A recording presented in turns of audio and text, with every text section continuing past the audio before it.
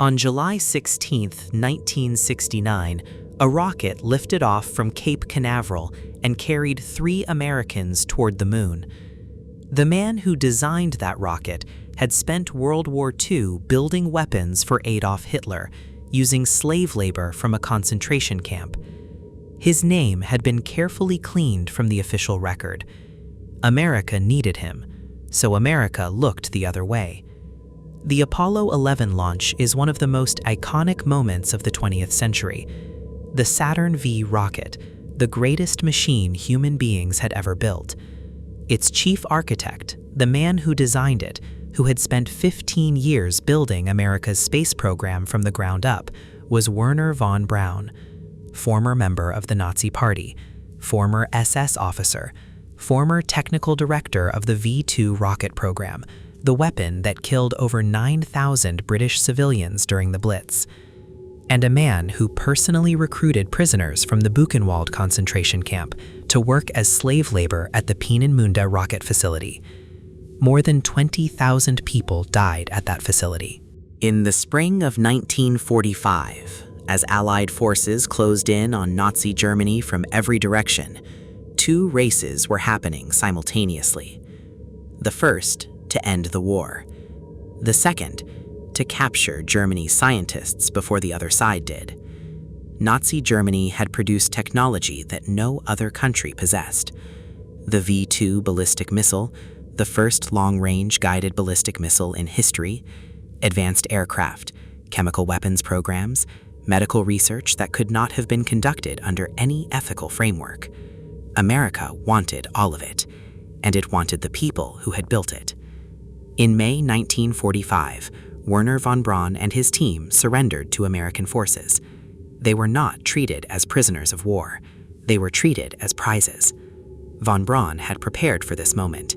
He had spent weeks destroying the most incriminating documents about his work and hiding the rest in a mineshaft in the Harz Mountains. He knew what he had to offer. He also knew what he had done. The program was called Operation Paperclip. Its official objective was simple: bring Germany's best scientific minds to the United States before the Soviet Union could recruit them.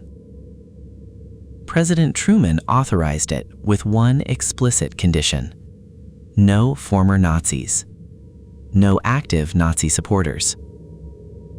The Joint Intelligence Objectives Agency, the JIOA, had a problem. Almost every scientist on their list was a former Nazi. Their solution was to rewrite the files. Incriminating records were removed. Party memberships were erased. War crimes investigations were buried. New biographical summaries were written, carefully sanitized versions of what these men had actually done. One scientist, Arthur Rudolph, had been classified by American officials in Germany as an ardent Nazi. He had personally overseen slave labor. He had been present at prisoner executions. West German and American officials had classified him as a war criminal. By the time his file reached Washington, those pages were gone. Rudolph became a key engineer at NASA. In the 1960s, he managed the teams that built the Saturn V rocket. In total, approximately 1,600 German scientists and their families were brought to the United States under Operation Paperclip. Their files had been reviewed. Their pasts had been assessed. Their crimes had been weighed against their usefulness. And in almost every case, usefulness won. Here is the detail that should not be forgotten in the story of Operation Paperclip. The V-2 rockets that von Braun designed, the same rockets that would eventually become the technology behind America's space program, were built underground, in a facility called the Mittelwerk, carved into the Harz Mountains by prisoners from the Dora Mittelbau concentration camp. More people died building the V-2 rockets than were killed by them. At least 20,000 people died at the Dora facility, from exhaustion, from starvation, from the brutal conditions underground. from executions carried out to maintain discipline among a workforce that had no choice but to be there. Von Braun visited the facility. He later claimed he was unaware of the full scale of what was happening there. Survivors remembered differently. In 1947, a French war crimes tribunal issued an arrest warrant for von Braun. He was already in Texas, working for the United States Army. The warrant was ignored.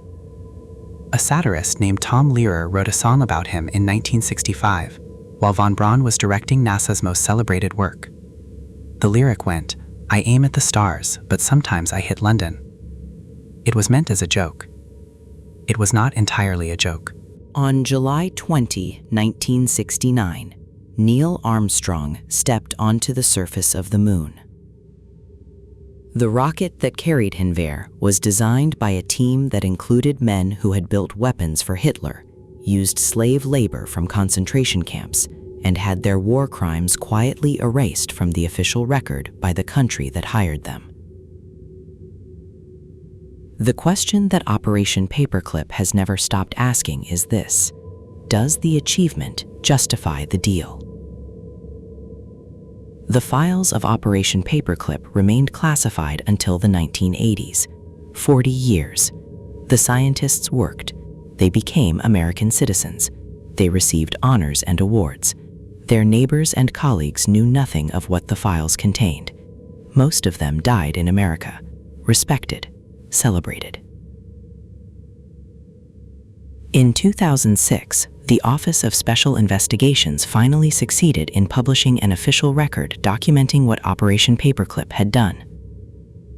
After objections from the Justice Department that had delayed its release for years, the report confirmed, in plain official language, that Nazis were knowingly granted entry to the United States, that their records were falsified, that the program was run in direct violation of the President's explicit instructions.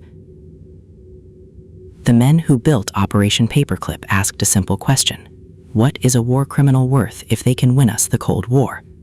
What they did not ask was what the answer to that question said about the country asking it. Wernher von Braun died in 1977. He is buried in Alexandria, Virginia. His gravestone reads, Psalms 19:1, "The heavens declare the glory of God, and the firmament showeth his handiwork." 20,000 people died in the underground factory that made his handiwork possible. Their names are not on his gravestone. The next story begins in the dark. Subscribe to uncover it.